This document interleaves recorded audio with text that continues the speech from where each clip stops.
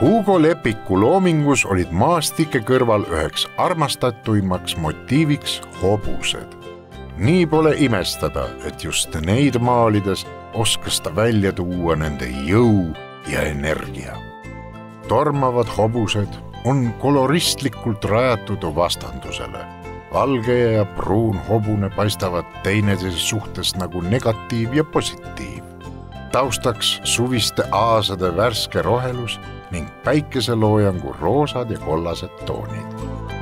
Ent Lepik jutustab siin veel muus, kui vaid tuules tormavatest hobustest. See on lugu loomade omavahelisest sõprusest, üksteise toetamisest ning ühisest teest.